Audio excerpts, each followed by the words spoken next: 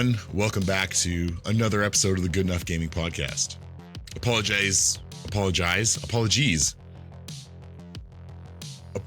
for my voice this week. I'm still a little rough and under the weather, so I'll try. Worse for wear, as some would say. Yeah. So I'll be talking less, which is a stretch for me. Thank kind of God. a nice change. Hey, fuck you. This week's episode is entitled Sciel the Deal, Expedition 33. You ever dream where you are somehow in a world that looks like a French Renaissance painting, and you go on a wild adventure to fight giant monsters and strange mimes? Well, if you have and wanted that to be a playable experience, it has. If you're also looking for a new single-player adventure game with great battle mechanics and an absolutely gripping story, then look no further, as this game has turn-based us right on. Some of the things you battle in this game scream lunacy. Some are built a Maelle high. Some are very Verso-tile. And some are called Monoco. So go buy a copy of Expedition 33 or find it on Game Pass. Load that thing up and get ready for a wild ride. Warranty is void if Sciel is broken. Jesus. You break her in other ways, Daryl. Oh Other ways. Thank you. Usually I don't get to fight the clowns in my dreams, so this is a nice change of pace. Yeah. Silent clowns, aka mimes. So obviously today we are talking about Clair Obscur Expedition 33. This is one that was on Daryl and Jordan's radar from day one of seeing it. Yeah. Yep. Day one, as soon as this was announced and they saw it, you called it. Like Jordan, Daryl, you both were like, this looks amazing. This looks amazing. Yeah, I need this in my life. And quick note, I just want to double check, Kyle. This is a no spoilers podcast. We gotta get this out early. Don't want to break into his heart. No spoilers. We can't. Okay. We can't ruin this. We're going to talk in generalities as much as we can. Up to a certain point. Like I'm just past Act 1. I'm getting into Act 2. Again, we'll try not to spoil things, but holy shit. Like the writing and storytelling in this game is unbelievable. Chef's just wait. Like it just gets crazier. So let's start at the beginning. Like when we talk about games that we've loved and a game that gets you hooked in minutes. The prologue. Like, how do four grown men like just weep like 5 minutes into a video game? Like, and if you didn't, like, not saying that you're, soulless and you don't have a heart, but like, come on. Maybe go get checked if you didn't get even remotely like, we took the first 3 hours of Avengers Endgame, like part one, and just condensed it into 10 minutes. And then they're like, by the way, bye. Poof. Yeah. See ya. Like Daryl took a little longer to finish the prologue because he was too busy checking garbage cans. Yeah. And there's other stuff in there. There's actually a few like fun little secrets in the first prologue area, which you guys definitely missed. And that's something that comes up through this game as a whole. This is like a love letter to video games and like RPGs. Like there's so many things that are just sort of like hidden on the side and you could totally miss it. Or if you are like a dedicated RPG dumpster diver, you could find. Yeah, I got to burn through. It's me. I got to talk to this person 8 times to make sure I like exhausted all the options. Yep. Check every corner. Like it is nice in this game. There's the items that are findable. There are things that are like lit up, right? There's the ropes and kind of this like cool like retro futurism stuff going on. But there is a lot of stuff where you're like, oh, I can interact with that. I didn't realize, like, it's not glowing. No idea. Yeah. So before we get too into it, if any of our listeners live under a rock, let's say Daryl, explain what Clair Obscur Expedition 33 is. What is the premise? What is this game all about? For those people that don't have social media, apparently. Yeah. Clair Obscur is a guy that left Ubisoft, was bored working at Ubisoft, and wanted to create a game similar to Final Fantasy, but in like his own regard. Got a guy off of Reddit. SoundCloud? Yeah. A guy off of Reddit to help finish the story and write the story.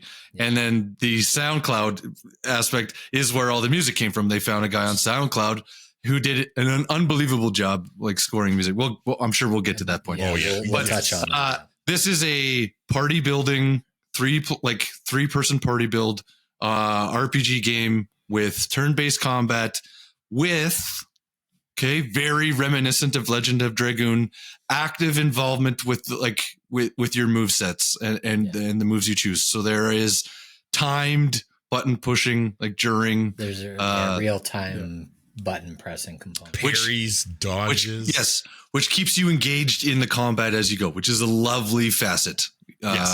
Great. I will say, I've never been a turn-based RPG guy. We know. Yeah. But this has 100% held me with the story and the active. The more you play the game, the more you need someone to hold you. Yeah. And just the active, active battles. You're not just press a button, wait for it to happen.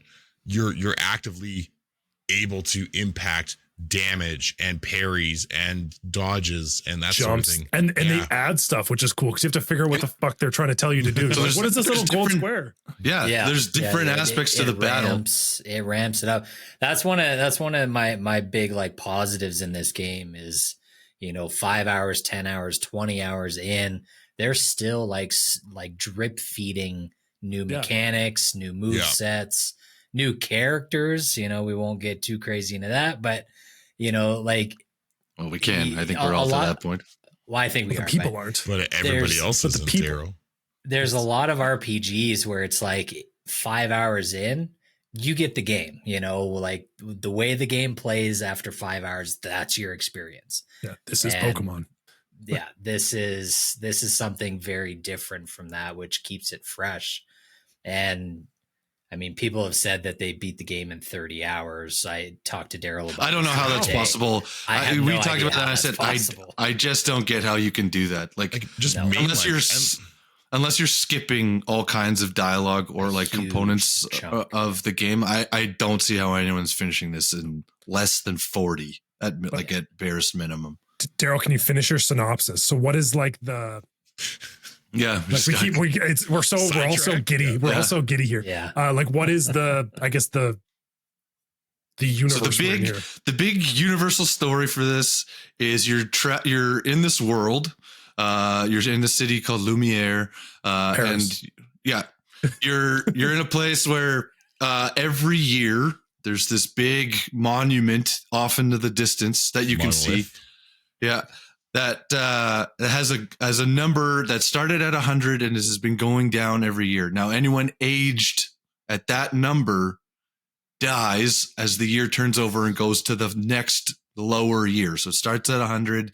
So if anybody got ended up being 100 years old, that year, as soon as it goes to 99, anyway. Gramps is out of here. Everyone dies. The gommage. Yeah. That's right. That's what it's called. It's called the gommage. Now the game starts. It's the end of year 34 on the monolith, and it turns to year 33, which means everyone that is 34 in Lumiere dies. Their gommages, they just dusted. Done and dusted. Gone. Thanos snapped. Yeah, the Thanos snap, which is exactly what it reminds me of as it's happening. Those people are just wiped. They're gone. They die. And so you are part of this expedition of the 33rd year, hence Expedition 33, that goes off and tries to fight the Paintress, this it's like a god. Pseudo god that lives at the monolith that changes the number every year. You're trying to go and defeat this ominous character / god and reverse the gommage or just stop the gommage, keep it from happening into the future generations. So that's the premise. And this game is oozing French. I'm French. Why do you think I have this outrageous accent, you silly king? Yes. Oh, yes. It is like you start the game and I'm already immediately I'm like, okay, I'm recognizing like the concept is that there was some sort of like cataclysmic event. The fracture. And you're in what is essentially Paris. Like there's kind of a melted Eiffel Tower. There are some other areas that are actually directly taken from real life. Like there are real places in this. Yes, I did see that. And it's like it's been broken off from Europe. So you have to like travel across the sea to go find this stuff. And it is just so very French and so like steeped in art and all these things. Like that's the best part. I have a degree in art and I am like losing my mind at some of like the weird, stupid little details in this game. Yeah. Well, there was parts where I was like, I got to certain areas and I was like, oh man, Trevor's going to appreciate this. Like, so I'm an artist and like, but not to the level of Trevor, but I was like, I'm catching these little things and I was like, yo, like this is sick. Like this is so cool. Yeah. I think, cool. Keep going, Trevor. They do such a good job. Like I think that, like we've said, from the get-go, you are like invested. Like this is 100%. Fucking dark.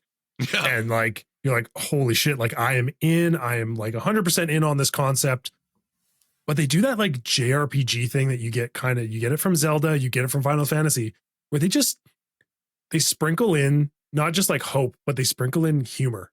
Mm-hmm. Yes. Yeah. And there's so many little touches where you're just like, oh, okay, I'm like having a fun time. Like I know I'm about to go to this like super serious event, but like I'm going to my death. Essentially. Yeah, but I'm enjoying it, right? Like I'm having fun. I'm laughing, and then there's a fucking cutscene, and I'm like, oh, like get the Kleenex box out, right? Like it's just such a great balance of that. Yeah, it's like you hit the beach and see a comrade get his head chopped off. It's like, holy fuck, okay. So here we go. Oh, we're in the shit now. Yeah. You know, I will say like the trenches of war, like immediately. Yeah. Some Normandy shit. Yeah. It was really funny because I think I said that to my wife when I was playing this, like when we first started. And I was like, there's a lot of people on this expedition. I was like, and I know you can only play as 3 people. Like we kind of knew that going in. Yeah. I was like, okay, well, the party's probably only going to get, 5, 6, maybe 7 people. Like I wasn't sure how in depth they were going to go. So when they set off with all these people, I'm like, oh, some of these fuckers are going to die. Yeah. I was like, what's kind of like checking your shoulder, like something's going to happen here. This is like, going to go south. Not everyone's going to make it. Yeah. So I will, Trevor, like talking about, the artistic side of it all. One thing I noticed through everything so far is the landscape itself that they use to help with the storytelling, especially. So like, I'm in the like, was it the Forgotten Battlegrounds? Yeah. Yes, I think so. Yes. Yeah. The storytelling they do in that area and just like how they show you what happened. They don't tell you what happened, but you see all this shit. And then like little conversations. It's like, yeah, all this was done by one Nevron. You're like, oh, fuck. Yeah. It's like, I've only seen this Nevron once and so I hope to never see him again. And it's just like piles and piles of bodies and just like blood and burnt flesh. And like, it's just a very dark area. And that's a lot of the game, honestly. It is. The whole concept too of like, for anyone that's played an old RPG, like having the little, I'm thinking Final Fantasy, like having the save crystals. Yep. Like those things are everywhere, and the expedition flags. Yeah, and they're expedition flags, and they're a all beautiful component. I love they're all that. from different expeditions. And same thing you find like in any good game with like kind of extra background writing, right? You find all the logs. Yes. So you find each expedition's logs of like how far did they get and what happened and what are they concerned about? What was their strategy? Some of them are warnings for like what's around, like in the area. Some of them are like, their final rites, like their final words. Like it's So cool. Some of them are just angry too. Like there's one on a deserted island that's kind of walled off by mountains. And this guy's basically just explains that their boat crash landed there. Oh, they're just fucked. and he was like, if I will be so angry if I die here. And sure enough, Like, he's gone. It's like, that's what a way to go, just to be stranded there for the rest of your life. For the last year of your life. Yeah. Like, it's wild. I have so many things. There's just so much to talk about with this game. I'm trying not to spoil it. Further the artistry thing, the one thing that caught me, and you guys have all been there, and this is not really a spoiler if you know anything about any of the characters in this game, is like, I said to Trevor, like, did you notice that the gestrels, like, obviously their hair were paintbrushes, but they were all distinct types of paintbrush. Like they were all. I have another one. So there are some facts that have come out about this game. Like the big one to me is obviously like there's already been a movie, like kind of rights. Someone bought the rights to the movie. Yeah. Everyone's already said that Gustav should be Robert Pattinson. Robert Pattinson. He looks which was, just I think, everyone's immediate identical thought. The old man who gets big in the story should either be Ian McShane or Pierce Brosnan. Those are my two. But the other one, so speaking of the gestrels, Daryl, because of the French and the English in this game, they do a lot of play on words. So anyone who's done some art, like if you look up a gestural figure, if you've ever been to an art store, sometimes you'll see a hand or you'll see those like wooden people. Yep. That is a gestural drawing figure. Oh my God. And that's what the gestrels are. They're all different scaled people made up of like these wooden, like placeable figures to do a gesture drawing. See the joints. You can see the joints on them. And that's what gestrels are.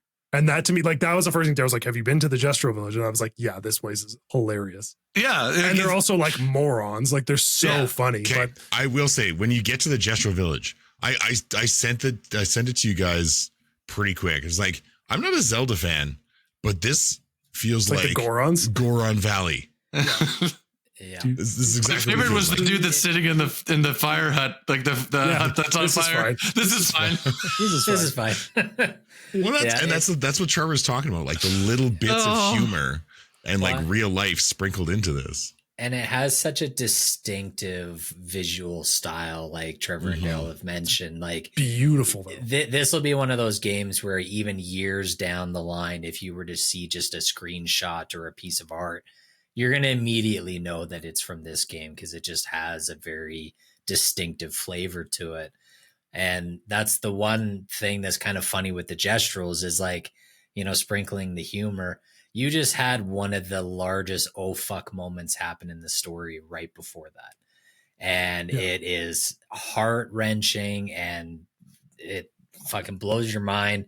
And then you walk through the front door of this gestural village and it's the goofiest and funniest area.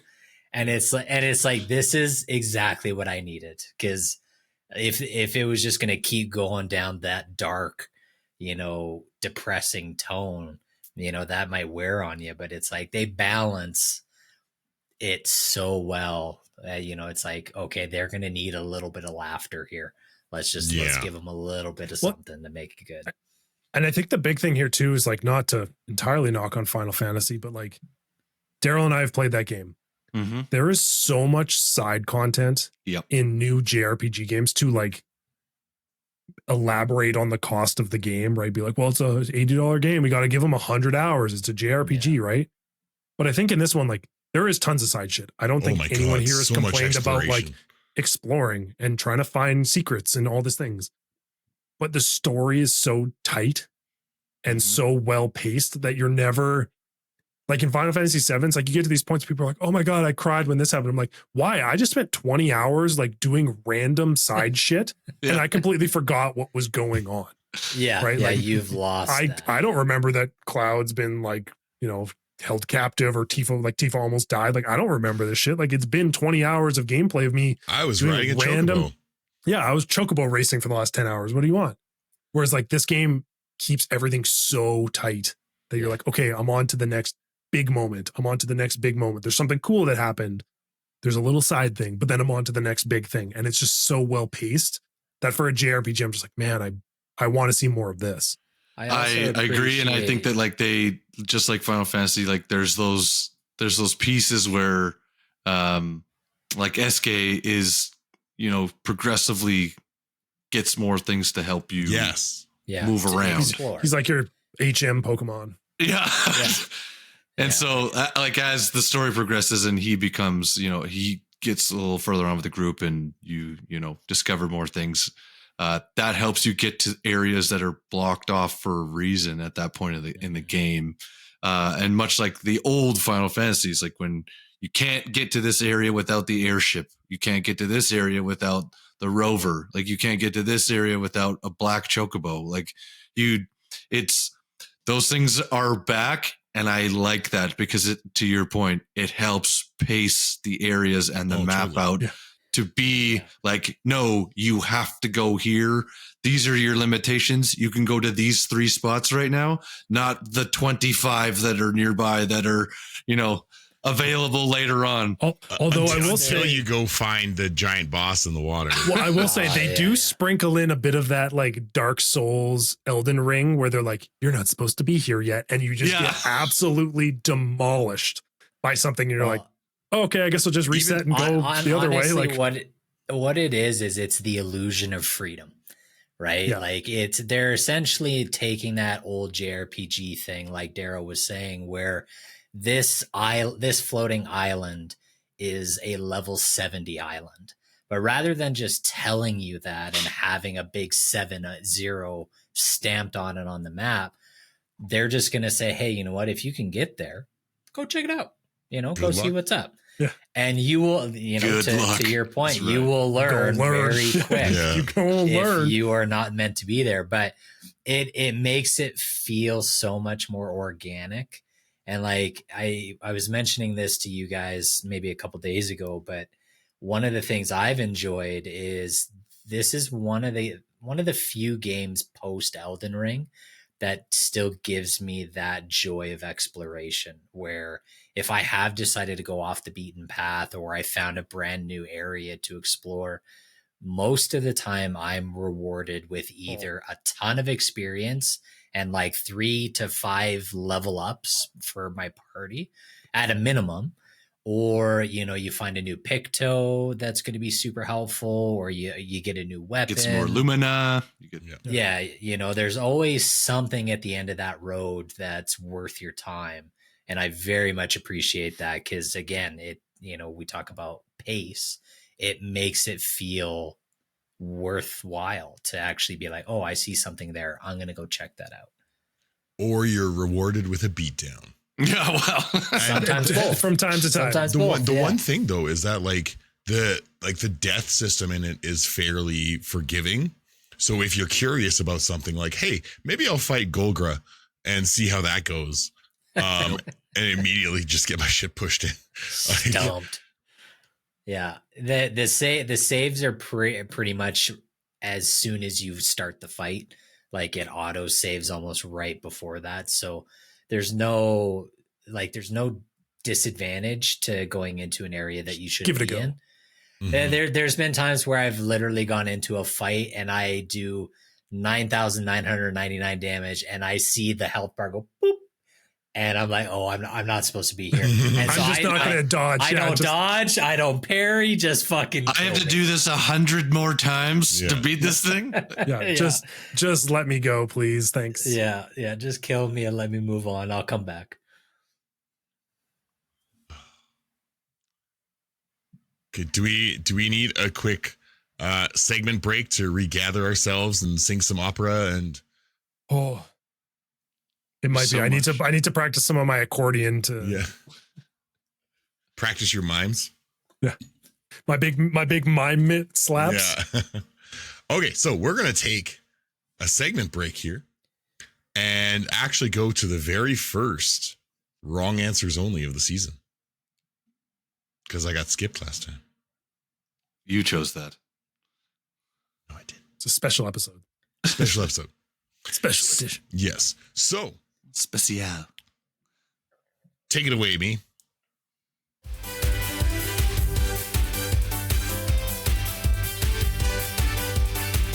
Wrong answers answers only. Thanks, me. Oh, God. This week's episode of Wrong Answers Only. If you're new here, if you're still wondering what the hell I'm talking about, essentially, I give the guys a bit of a prompt, and they give me the wrongest, funniest, weirdest answer possible. Daryl's locking in right now.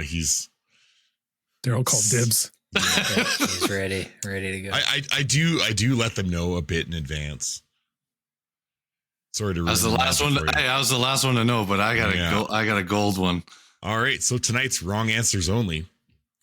Given the absolute success of this French turn-based RPG, pitch me the niche nationality game genre combo that's going to take the world by storm.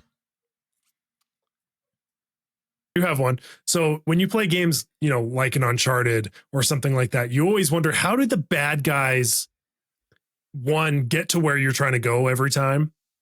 And two, you're always wondering, like, how do the bad guys feel about me trying to steal the relic from them? Okay. So I think what we need to do is we need to go German, and we need to do opposite Indiana Jones of trying to get these relics from Indiana Jones. You're just chasing where in the world is Nazi relic hunter. Correct. Thank you, Kyle. It's like So we're going Uncharted, super but a German. lot worse. Yeah, but like reverse. Are we the baddies? Yeah. Like playing that side of like someone trying to get the Holy Grail or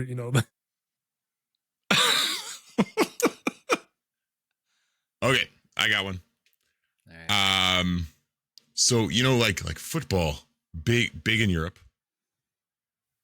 European football, yes. European football, yes. Soccer leagues, great. They have managed it all. We have games. We now have soccer with cars. We have Rocket League with people. League. FIFA. You've got Zorbs. Yeah. You've got Zorb soccer. Yep. Coming 2026, Euro Hooligan Manager. Oh God. You're going to send your hooligans to the bar on the opposite side of town, get them all riled up, and send them to the stadium. Oh, man. That's like a great sim. Just Yeah, you can sim it. You can sim it, or you can get in the brawls. You can Got to make sure they're all sitting in the right section of the stadium, so you don't start a they all have fight. flares. And, you have to send them to the right bar. yep. Hooligan Manager 25. Euro Hooligan Manager 25. Nice. That's going to be the best-selling game in the UK for sure. Easily. Yeah. All right. I've got one. The only reason I thought of it is for some reason Turkmenistan came up in our group chat a couple days ago, and so I had to Google what the national sport of Turkmenistan is, and it's weightlifting of all things. All right. So I want like a fight club, like a fight night EA game, but Turkmenistan weightlifting. It's just a bunch of dudes in the gym, just like fighting over the squat rack. All I think of is the fucking like stupid weightlifting mini games from Final Fantasy VII. I'm just like doing squats and pull-ups like to the time of like a button press. Yeah. Oh and then you get like the GTA San Andreas where you got to go eat food to bulk up. Get your steroids. You might get in a fight with somebody at the fucking food court. And just I like it. Everything. So a good life sim. Like this could beat GTA 6, I think. Like this could be really good. I think so. I have one. I have another one. I have a good. It's a non-deleted scene. Non-deleted scene. It'll be like a survival builder. Those are hot. But it's based off reality. And it's just all Australia. It's just Australia. Being in Australia. It's exactly my next one. It's a survival builder in Australia. It's just Australia. It's just called Australia. You're just doing your 9 to 5, driving downtown, going to work. You're trying not to get bit. You're nowhere near Sydney or Melbourne or whatever. No. You're just out in the outback, in and the boonies, you got to figure it out. You got to check your shoe when you wake up. You know, don't be. That sounds like clothes. a VR survival horror game. That would be like one of those Check like the shoe, shake the viral streamer game. Oh, it'd be hilarious. You know, that'd be like that. Like you're not allowed to make noise game when you get scared. Yeah. Wait, they call it Straya. Outback. Nice. Yeah. Not to be confused with the steakhouse. All right. Do we need to wrap this up before Daryl says something extra incriminating? Okay, it wasn't that bad. It wasn't that bad. It was funny for us, just not for the world. If you want to hear what I said, please subscribe to our premium channel. To our non-existent premium channel. DM us privately. Subscribe to Daryl's hot tub OnlyFans. And no, it's cold tub. Cold plunge only in this house. Oh, God. That's right. All right, let's bring it back. Tell me more things about Expedition 33 that you love. Combat system. Oh, we're staying on the love side. Okay. Honestly, I don't see a lot of hate for this. Well, we're gonna get into it. But I got some downers. We got to get to the downers eventually. We will. We're way all about the early. uppers and the downers here. I'm gonna say it, and we don't have to delve too much on it as Kyle dies slowly off in the background. But RPGs and turn-based combat games from here on out should not be press attack and watch it unfold without anything else to do. Like, to me, this is the pinnacle of what a turn-based combat game should be, because it's just so engaging and it keeps you involved. And I know some of the JRPG purists are probably going to argue with me about it, but honestly, this is the perfect blend of like cinematic flash that you get from JRPGs that, you know, wow you with the spectacle of like an anime.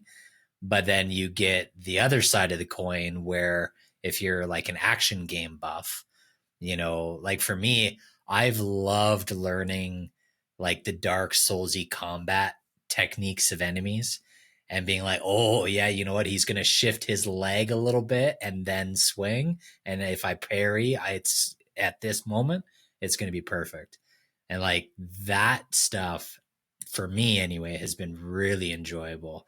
And I play JRPGs and turn-based shit. Like that's not a genre I steer away from, but I think moving forward, it would be criminal if other RPGs don't use a system similar to this. Agreed. I think it's funny too, because very much like Elden Ring, there are certain enemies and bosses that you get immediately. Yep. You're like, that was so easy. And everyone's like, man, that guy was really tough. You're like, oh, I thought it was so easy. And then there's other characters where you're like, I can't parry this. Like, I don't know why my brain disconnects. Like, this guy's attacked me 100 times and I can't figure it out. But I love that about it, where you're like, man, this enemy's just so hard. But it's like, I got to try and learn this. But it's just like, I don't know why this one combo is impossible. I just take that combo straight to the face. I can't dodge it. I can't parry it. I'm just screwed. So I can't wait to hear Daryl's thought, because I see him smiling as I say what I said. So here's my thing. This isn't the first time this has happened, and I'm throwing it back, and I'm giving props where it is deserved. And Legend of Dragoon started this shit. That is like why it's one of my favorite games of all time, and like will forever be in the top echelon. Is because turn-based combat had additions, which meant it was actively involving you in every turn you chose to be offensive. And this is the exact same. Every time you do an actual move. Super Mario RPG also did it too. Yeah. Like Super Mario RPG also had this. But this has started OG PS1. Like, I've been waiting for a game that's even close to Legend of Dragoon to like get me going. And this is the closest thing I've gotten since that game came out. And I love the combat system. This is like the progression I would have seen, that I would have liked to have seen for Final Fantasy, would be 100%. The ability to dodge, the ability to parry, the ability to like involve yourself just remotely into the fight, opposed to going completely action based and completely away from like the old style of Final Fantasy. I'm so games. happy you brought that up because honestly, for me, I haven't played Rebirth. I only did the first one, their first remake. And that was honestly one of my biggest gripes to you, Daryl, when I played that game, is I was like, man, there's so much going on the screen, and there's such a cinematic flavor to this. And I miss half of it because I got to fucking worry about managing my team in real time, and I got to do all this other shit on the fly. It's like, fuck, I'd love if Final Fantasy remake had this turn-based system. Like, it would be if the best. Square Enix is smart, they will hire all the guys that made this game if they're smart. And if they could buy the studio, if they're for sale. But like, that's the biggest thing too. Like when we talk about Nintendo games, or we talk about these big studios, this game is absolutely stunning to look at. Yes. It's beautiful. Like, I understand when we talk about Gorilla and everyone's breaking down fucking Aloy's, little beard hair wisps or whatever. But like, this game is just like, I just don't get where it came from. Where you're like, okay, this is a studio, I think they said, of about 30 people. 30, yeah.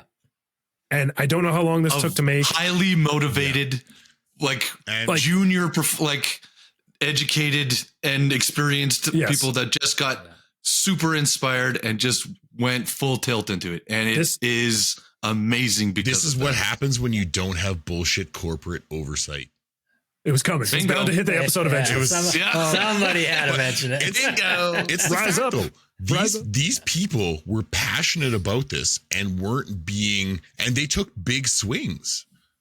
Huge swing. Think about the opening scene when after all those people get and whatnot, and Gustav sits down on that pile of bodies and like summons his pistol and is like, what is going on? Yeah. Like that's not something a giant studios, that's not a chance they're going to take. And later on, like, this game takes a lot of chances and does things different. And it tells a good story. Big companies are so worried about franchise faces, like, and their bottom line.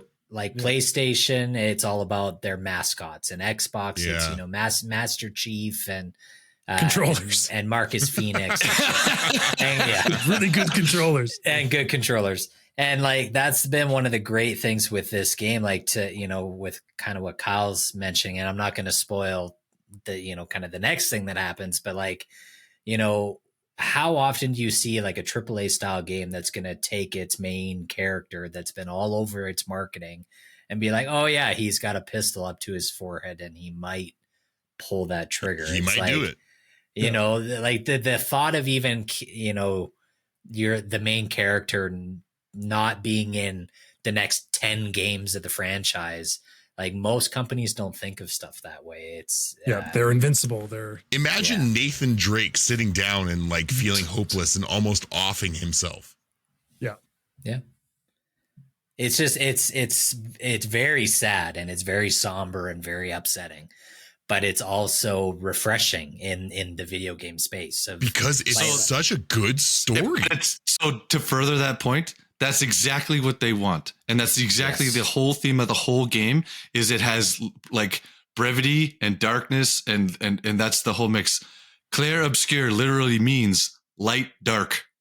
It's an art term. That's like literally what it means. It's an art term it was about contrasting light and dark, and it's stuff like the Mona Lisa and things like that, where it's literally about figures standing out, and it's about contrasting darkness and lightness. Like, that's it's so French. It's just like every time like stuff happens, I'm like, God, this is just so French. So fucking. You can go to battle with a baguette on your back. It's so good. This is very French. You can wear the like the 1940s like French swimsuits as your outfit as well. Yeah.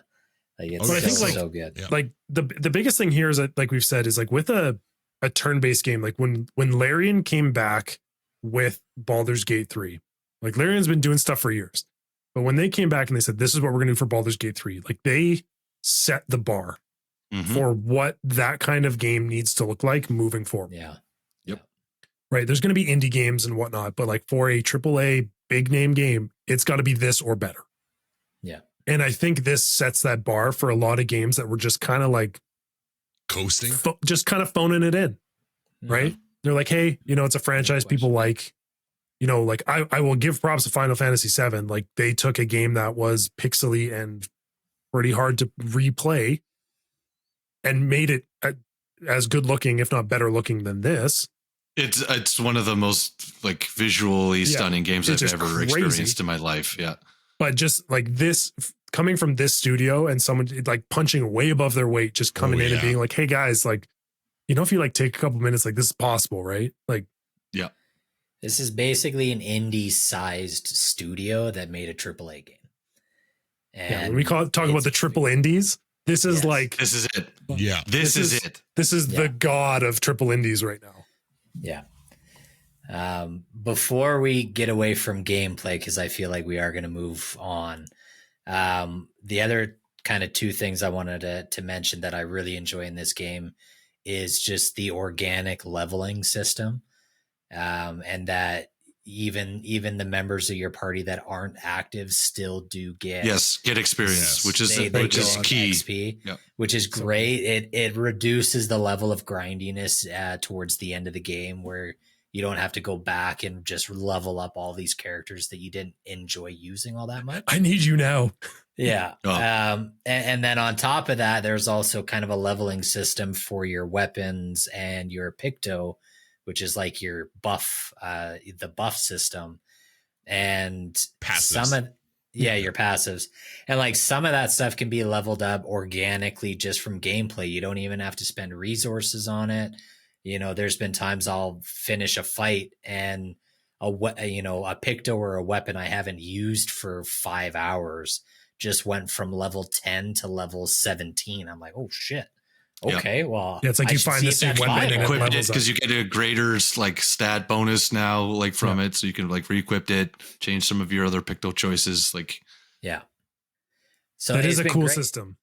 It's been great. Like I've swapped pictos and I've swapped weapons, pretty much my entire playthrough. Which, you know, again, going back to like JRPGs, a lot of the time happen a lot of the time. No, sometimes you'll play 3/4 of the entire game with like one build. One thing. Once you get that thing. The thing we've talked about as well with some of these like special boss characters or side characters too, and the reset of it is sometimes you go in and you're like, oh shit, all of my like elements are weak against this thing, or like it's, and you're like, oh, okay, well if I just die, let me recode it. Let me recode it. Let me,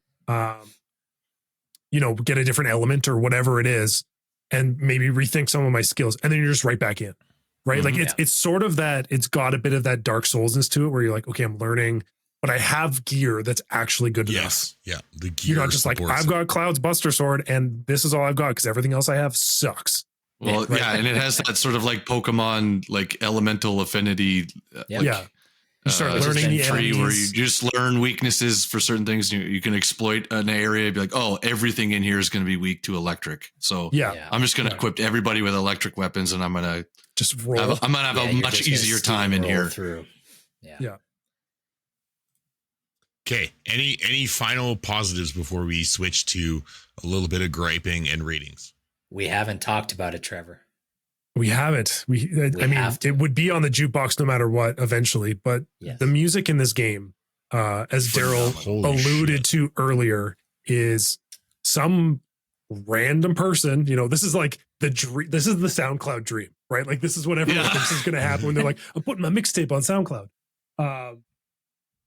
I don't know where they found this guy or this person and who wrote all the music, and it's entirely original. Yeah. There's vocals, like operatic vocals. There's opera. There's like fun accordion battle music. Yeah. With like techno like hits and stuff. Yeah, like techno jazz and shit. Yeah. It is. And there's sometimes when you're like fighting gestrels, it's like really upbeat because it's not like a real fight. It's silly. But it all works. It all fits together. Every area. And then when you're in these hyper emotional cutscenes, it just makes everything feel more. right? It's Like a cinematic, like it is movie. everything. Yes, it is everything that music and a soundtrack is supposed to do through a game. Yeah, 100%. Yeah, and it there's enough variety too, where you're not like, oh, this is the one of the 10 songs in the new Need for Speed game, and I've listened to it for 500 Yeah. times. Yeah. So But when you do come back to them, they are still good. I looked on Spotify. This game has 125 tracks. I'm sorry, what? Fuck. That's like 125 tracks across 3 parts. And it's all broken down, like Trevor said, to area, so like Lumiere has its own like bundle of music. City then, soundtrack. Yeah. Yeah. The Forgotten Battlegrounds has its own like 6 or 7 track mix that they use for the battles, for the boss fights, for the exploration. It's incredible. Even when you boot the game up, the intro screen before you press like continue or new game, even that fucking song immediately slaps. Yeah. Like, it's very rare that a game right off the hop from a musical standpoint is going to hook me in. One of the last games that did that for me was Sea of Stars, with its battle music and everything was just so good. And this game does exactly that. I've already been listening. I put dishes away after dinner today listening to this soundtrack in my house. Yep. So just for reference here, the game's been out about 2 weeks. It has already sold over 2 million copies. Yep. And that's not including Game Pass. No. I think they've hit 3 that's the million thing, now, like, Kyle. I'm pretty sure it's over 3 million now. Yeah, They hit, over 3 million. they hit benchmarks and they don't really tell you. Yeah. That was the same, I think, when we did our episode on Split Fiction a couple months ago, they hit 2, and I think they've just recently released that they've hit 4. Yeah. But I can see this hitting the waves a little harder. Yeah. The cool thing too is to go back to the music. This game has hit the top 100 Billboard for classical music and just regular music. That's both of those crazy. categories. It's hit the Billboard top 100. That is insane. When does that ever happen? So I mean, good on this guy. Not since we got like SoundCloud guy. Get Low on Underground too. Right. Like it's just nice to see a game like this get recognized, whether it's by the French Prime Minister or just like the public, just the public alone. People playing the game, and I thought of this as like one of those moments where Xbox got a W, like because this was a W from Xbox, because this was on Game Pass immediately, like as a day one release, and Xbox doesn't really have that titled franchise like a Final Fantasy that is now all, does everything with PlayStation in mind, and even though it is on every other console, it's still since Final Fantasy VII has been inherently linked to PlayStation, because they don't really have that standalone. I was like, this is a really good chance to build a strong relationship with this company, because as this game goes on, there's a very distinct possibility that this is not a one-off. The studio could make another. That this is a potential franchise series. Like there's a lot of things in Act 3 that would tell me that this is not done. I think the developer has already teased on Reddit too that there's even possible DLC in the works for this one. So, but yeah, Daryl's 100% correct. Like, Xbox has never been known as an RPG console or a JRPG console. Yeah. And that's part of the reason why it struggled to sell in Japan and in Asia. And so like, this is the perfect opportunity for them to pick up on a genre that is just not an Xbox genre. Like, Daryl's 100% correct. Get into the market, like get into it, like lean in hard. It's been successful. It's a huge sell on Game Pass right now. And Xbox has just almost been exclusively like your shooter first person style online gaming console. And now you have something that has honestly taken a grip on the gaming community in the right way. Yeah. This one will be hard to tell in the same way that it was with Tsushima, because no one goes to Tsushima in Japan. And then they were like, why are there millions of tourists here? Because that game did so well, right? Like, this isn't a place that people like normally show up to. All right. I would be curious to see like what the influx of travel to France is after something like this. Yeah. But I mean, it's so hard because it's not like people aren't going to Paris already. Yeah, I was like, people were always going to they've Paris. always been going. But so that's where it's going to be hard to tell. But I can guarantee there's probably going to be a slight influx from something like this. I can see that. Yeah. That's Okay. Why is everyone trying to fight the mimes? Okay. Quickly here. Gripes. I have a couple. They're annoying. I got lost a couple times and ended up resetting zones and having to refight shit. And it was fucking annoying.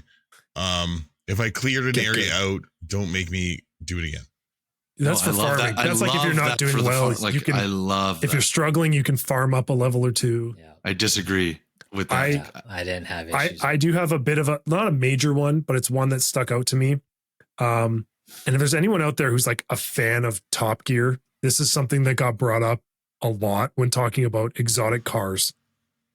So when you talk about a brand like an old-timey Ferrari or one of these small little companies, there's, Jim. Jim is in charge of making the dashboard. And in this case, we've got Clair Obscur, which has a company of 30 people. I'm sure over at Square Enix for Elden Ring, there is a committee of at least 30 people deciding what the menu and how the systems are going to look and work in the menu. Mm-hmm. Meanwhile, we've got Pierre over at Expedition 33. Pierre has no one to talk to. It's just Pierre. He did his best on the menus. He makes all the decisions. But that's where it shows. Like, it's not really a detriment. It's more of like a learning curve. Right. Of just trying to figure out the menus and some of that and where they put stuff. Like, it's a bit awkward, and it definitely takes some education and some playing around with it. But it's definitely one of those things you're like, okay, this wasn't like passed through a committee of people to be like, hey, is this like good, like graphic design of where this is? Yeah, that's my biggest takeaway. The Picto menu definitely could be more especially organized. the Pictos and the Luminous stuff. That's where it caught me the most. At some point, you're gonna have like 50 Pictos to choose from, and it can be a bit rough to go. Not even that, just finding it to begin with. You have about 100. There are some things at the start of the game as well that they kind of explain in like, a little pop down, and then you find stuff. I don't know if it's because I wasn't paying attention, like if I'm just dumb, or I was so intent on the story. I was like halfway through Act 1 and I was like, guys, like this is Dark Souls. I'm like, this game is hard. Like this is fucking hard. And Daryl's like, well, what kind of like Pictos are you running? I'm like, the fuck are Pictos? Like I picked some up. I'm like, talking about? What are you talking about? And I realized I was playing the game on super hard mode because I had no of these like Luminous, passive skills. No Pictos. And immediately I was just like, oh, this game's fun again. Like, thanks. Like, geez. So that was just like one of those little things. Like, I appreciate that they don't overly hold your hand to be like, hey, like, now we're going to do a little like, tutorial on this. And now we're going to do this together. And you're like, okay, thank you for not, dragging me through that slog that some games do. Yeah. But like one or 100%. two little reminders of like, hey, you should hit the start button and like go to your character menu. Cause like, I didn't do that for the first 2 hours of this game. That's crazy. I was just playing the game. Dude. That's like, I was just like, it would make sense that there's a character menu and I can equip shit. But like, why didn't I even think to hit the start button? Like, I do love the variety of weapons. There are lots. It does kind of teach you like a little bit, but it's not super in depth. It doesn't have an elongated tutorial, which is nice. I do like that. And you get some choices on whether or not you do the tutorial also, which is like Monoco. When you get him, you can decide if you want to learn how he fights or if you want to skip that. I appreciated the option. Yeah, being so late in. Sometimes you get benefit for that. So yeah, I didn't even realize that. I don't even think I saw that option pop up. So like, Must turn that shit off. I don't know what I did. But yeah, like to kind of double on Trevor's point, one of the parts that I wish they almost encouraged you to do more of is go to camp, because there is a relationship system I love those in this interactions. game. And we talked about this. Daryl and I talked about this today, and like I went to camp, I thought pretty often. But it turns out my relationship level for most of the characters was about only half of max level. And so I was just like, well, fuck, like, I don't feel like I've missed a lot of camp opportunities, but it'd be nice. Well, it'd just be nice for the game to have like a little menu pop up and just be like, would you like to go to camp? And it's like, actually, maybe you should have a conversation. There are forced camps, like moments, and it happens. It happens a lot more in Act 2. Okay. For you end up at camp. So when you get there, for Trevor and Kyle, when you get there, take the time to talk to everyone while you're there, so you don't get behind in the Act 3 part. And some characters you can talk to. You can immediately into Act 3. Oh, okay. Yeah, like immediately in Act 3, in order to progress, like without just like beelining it to the end kind of thing, in order to progress the way I think the writers want you to, you have to build some relationship. Okay. Because that was confusing the first time I did that with some of the characters, and I was talking to SKA, who's a character you meet. And then I like did the whole thing, and there was like, relationship level 1. I was like, the fuck are we like? What? Yeah. Like, what's going on, guys? Like, I had to like the immediate like, oh, is this like a Fire Emblem thing? Like, am I gonna? That was my second thought. Am I trying to fuck SKA? Yeah. But that's how you unlock gradient power. Which is huge. So that's how you get the most powerful moves you can do in the game. Is by increasing the level. You have a relationship, and then you like Mighty Morph Power Ranger, team up into like some sort of a Megazord, Sack Up a Tat type situation. It's secretly a Those French so Power funny. Rangers game. Does that not translate to sack of potatoes? Potatoes, correct. Yeah, that's why it's so fucking funny. Yeah, Sack Up a Tats. It's like Sack Up a Tat. Okay, are we done griping? Should we go to the big one? Nope, no, I have one. I've also got one as well. Okay, Daryl, go first. Yeah. Well, Jordan was already going. He can go. Oh, okay. Okay, Jordan, go first. Canadian stand. So I've got kind of two gripes. One for me is you said one. Shut up. One for me is the map. I like the way the map is laid out, but I wish that you could put down your own markers. Oh, yes. Thank you. Because, like, again, I go back to Elden Ring. Elden Ring didn't really tell you when you completed an area. Like, some of the side dungeons it would. But I probably had 50 of my own markers on the Elden Ring map to tell me where I still needed to go, what I had completed, what I wasn't leveled up for. And this game needs that. There are a lot of areas that you find early in the game that you will not get to experience for the next 35 hours. And so it's like, fuck, I'd love to be able to just put a little marker on my map to say, nope, haven't gone there yet, but I'll come back to it. Yeah, you should come back here. I went here, got destroyed. Yeah, where it took me back because I was like, no, I'm now writing down places I need to go back to. Like, this reminds me of when I was a kid. Daryl's like drawing a map. Like, I have this spot. I saw this guy. I'm too underleveled now. I'll come back here. So I was like, I'll set this for the Abyss Cave. Like I need to come back here later. Yeah, when I can. So that's been frustrating for sure. And then the other one for me is from a technical level, which is very odd for me to ever complain about. I'm usually pretty understanding, especially for indie devs. But I've had my game crash probably 20 times. Really? What? I've had 2 or 3. I've gotten a fatal error pop-up message on PC, and it completely freezes the game, and it takes like 60 seconds to 2 minutes for the game to shut down. And then I've been able to start it. I've been able to run it as an administrator on my PC, which seems to help. But I would say I'm down to the game crashing once a day. That's for crazy. me. That's crazy. It doesn't crash at all on Xbox. I can tell you that for free. Yeah, so I assumed console would probably be better, and from what I've heard, there's like a DirectX 11/12 issue on PC that seems to be part of the problem. Classic driver update. Thankfully, the auto saves, again, they happen so frequently. I've never lost any progress, Which is dope. That's good. because I think I probably would have stopped playing this game if I had lost like 2 hours. Totally. Fair enough. I gave up on another game we tried to play with the Robin Hood people because I was like, fuck this. It crashed 4 times in the same night.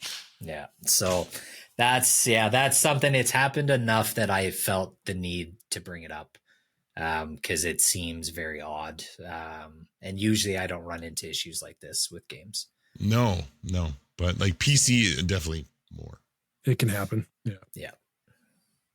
But that's Daryl, it. Did you have your gripe? Yep. So to further Jordan's point, my problem is every zone is so vast in some regards, like some of the areas that are meant to be traveled and meant to be moved. Not having a map for the areas you can explore is my biggest gripe in the game.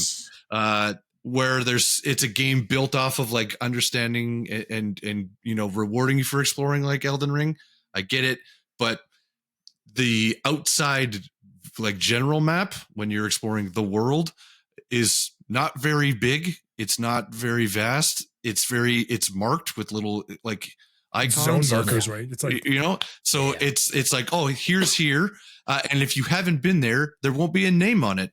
So like it shows you like, oh, you haven't been here yet. There's no name above it. You don't know what this is. So that's really easy. But in the zones, there's no map. And I don't like that because there's so many different directionalities and layers, vertical, like horizontally for travel, that you just don't know where you've been and where you haven't in some of these spots.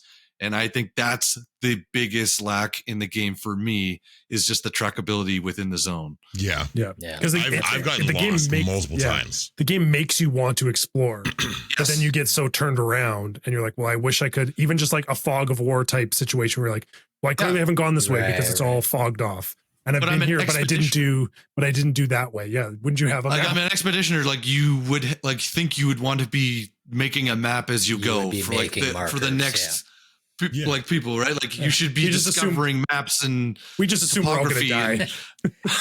I mean, even if it was like the Dark Souls games where you could drop like those glowing pebbles, like you can make your own markers within an area. Anything. Like just even anything. having something like that in this game where you could have like a branching path and you're like, okay, I'm going to go left, but I'm going to drop this self-made marker here to tell me that I need to go in that direction next time. Like I don't disagree with you, Daryl. That's a pretty good gripe for sure. Yeah. It's a small one in the grand scheme of the game. Yeah. Like in the overall grand scheme. But it is helpful. It is definitely helpful. And my other one, I guess, would be you get to the point where you can unlock all of these different moves for your character. And obviously you have to pick like the 6 that, sort of coalesce with whatever build you're making. But I wish there was another tab to keep going. I wish you could have 9 to 12, like sort of things set up for each person. Like 6 is good. It keeps things relatively like in check.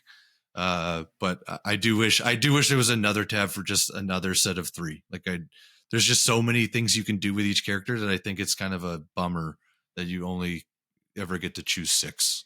Yeah. It does make you change things more, I guess, but even having a loadout option. So would like, be nice. Yeah. Because like Daryl was saying earlier, because there's different elemental affinities attached to weapons, like it'd be kind of nice to be like, okay, I want to have a flame build. Well, my flame weapon is going to have a move set that's all like flame buff stuff. And it'd be nice just to be able to have like an R1, you know, an LB, like where you can swap between those in the menu, and then you're not having to exchange those 6 move sets manually every time. And to be honest, I haven't done that, but it would be nice to have the option of like a quick swap system. I have favorite moves. I have like combos that work with multiple people because of multiple things. And there's very synergetic, like aspects of this, and you know, your party build and everything becomes really important, especially with some of these tougher bosses. Like you're going to want that synergistic like aspect to it, because it will help you, or you won't get through certain boss fights in time for certain phases. Like you got to do it fast enough or you're screwed. Great. Are we prepared to rank it, to rate it? I believe so. Yeah. Who wants to start us off? I think I'll give it a go. Trevor. I think as we've just finished our gripes here, I don't think the sum of the gripes adds up to any detriment to this game, which is crazy. Like we've had so many problems with games in the past, and it like really ruins the experience. All of the gripes in this game are more like learning things or nitpicks. And it comes down to the fact you're like, okay, well, yeah, this wasn't a game made by 1,000 people. Clearly, this guy just was the guy to do this, and it still works. It still looks great. It's just, I wish it was a bit better. Yeah. So we started off early in the season, Split Fiction, game of the year so far. This easily just Sparta kicks this into a deep pit, and this is 10 out of 10. Very likely, like I'm very much expecting this to be game of the year, if not in the talks heavily. I can't think of anything else coming out this year. Nominated. It better be nominated at the very least. Yeah. There's a couple of games coming out later in the fall that I think are going to have a fighting chance, but this is going to be nominated for sure. Yeah. But 10 out of 10 easy. I'm going to go next, and I'm going to second that. This is 10 out of 10 game of the year. Bravo. This was a turn-based RPG that held my attention. This is the guy with ADHD that essentially doesn't read any text. This was less reading. This was more talking cutscenes, and I'm for it. This is a guy that wants to get to the action, and he still got it. Still got it. Even in turn based. This will be my first 10 of the year. Again, like to Trevor's point, which is like really well said, buddy, like the gripes are really kind of on the technical end. And you know, it is a learning curve, and we have to preface like with the amount of people working on this game and what they put together, the things that are lacking would just be quality of life fixes more than anything else. They don't take away from any of the experience or any of the really enjoyable parts of the game. So it's an easy 10 for me. This is the game. I love this because this is what I've been waiting for and hoping for a very, very long time. Yes. In terms of a turn-based battle game with a gripping story and it's fun, and I can get behind the character models and the world, and it does nothing feels forced. Everything feels organic. Everything is enjoyable and fun and believable and enriched. So this is a 10 out of 10 from top to bottom. Battle, music, scenery, like all of it. It's just it's an amazing game. Well, I think this is our first maybe 10 out of 10 sweep of the podcast. I don't know if we've ever had a game do that. I'm in kind of the same boat as Daryl and Trevor. I could be nitpicky with the technical crashes and stuff. And I think if the game crashes for me, I was losing hours of progression, then this game loses score in my book. But because it doesn't, and you know, at most I just need to walk across the hallway to the next area to like load in, and I'm at the spot that I was before.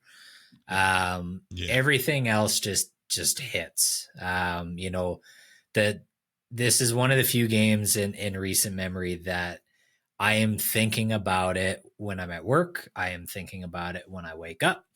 I am When do I get to play it next? I am singing the music in my head when I'm washing the dishes and brushing my teeth. And, you know, the characters are all, you know, very endearing and believable. The side characters, you know, Monoco and Sciel are both fucking hilarious characters. And it makes the dialogue at the camp honestly enjoyable because I want to know what they're going to say. And like just the way that Sciel embellishes certain words and sentences is hilarious to me. But yeah, this is a game that I'll probably come back to. I very much so see myself playing this on my next handheld PC, whatever that ends up being. I think this would be a great game on the go. And yeah, it is permanently in my Spotify rotation. This is one of the few games, Ghost of Tsushima is another one that is making me want to buy a record player for when they eventually drop the vinyl for this game. That's something that I feel like would be amazing to have. It's that good. So yeah, 10 out of 10. Can you fit 125 songs on a vinyl? It would definitely be a couple. It's vinyls. a Blu-ray. It's a Blu-ray vinyl. Blu-ray vinyl. It's not often we get like a unanimous here, guys. That was an expedition. Oh my goodness. If you are afraid of turn-based, or you're like, that's not for me, don't be. Just like many people took the dive on Baldur's Gate, like this is the game. This isn't like, oh my God, I need to, you know, sliding, dodge, point and shoot, Call of Duty. I need to be a pro.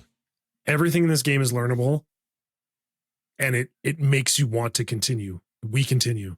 Because it's just nice. It just carries you through so well. And there's nothing about it that is so technically difficult that you wouldn't want to play it just surely for the story. And if you're like that other person on the other end, like you can meta the shit out of this thing. Also, this covers the whole range, right? Like you can make the most. Like I've seen little clips. I try not to get spoilers, but I've seen clips of like the most broken Pictos builds because someone found all the, you know, the little hacks to make someone. You can hit for 3 billion if you do it right. If you do right, it like right, there's stuff that you can do, but if you just want to play this game as a normie. Yeah, like it's worth. There's a reason they want to make it into a movie, and the pace of it is not like a JRPG. So if it's the dialogue and all the talking and text of JRPGs that turn you away from turn-based, ADHD friendly, this game, it keeps you moving, it keeps you engaged. Awesome. So, I think that was a good enough review, guys.